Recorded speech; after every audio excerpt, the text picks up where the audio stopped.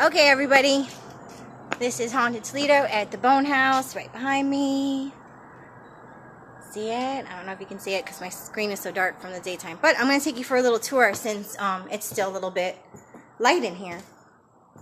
So this is what we call the Bone House. And the reason why we call this the Bone House is because last year when the owner got this place on auction, I think he paid like $1,000 on auction for it. He decided he was going to gut it out and either flip it or, have another house, whether he's going to rent it out or whatever.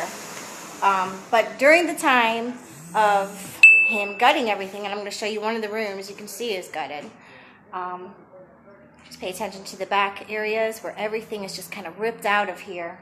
But anyways, when he was going through this place in order to do what he was going to do for it, he had noticed some bones falling out of the wall right here.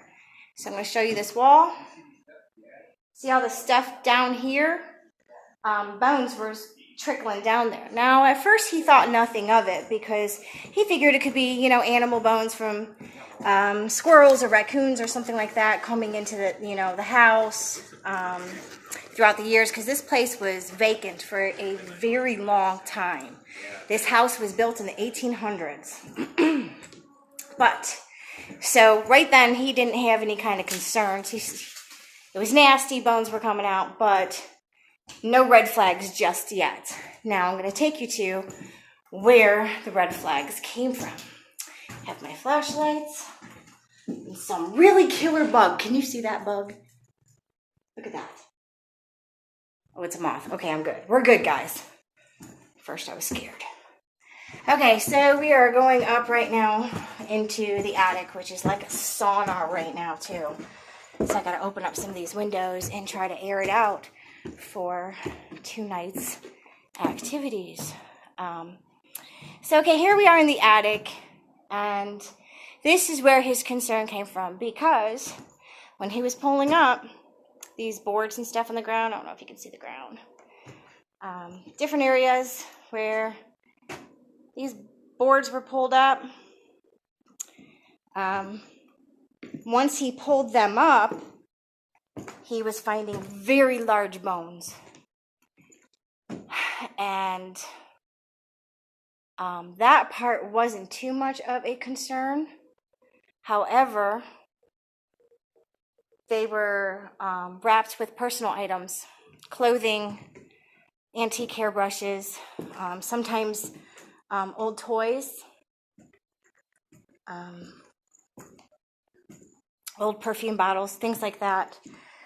And even then it didn't really concern him. What concerned him the most about this house where there were hundreds of bones coming up. Hundreds.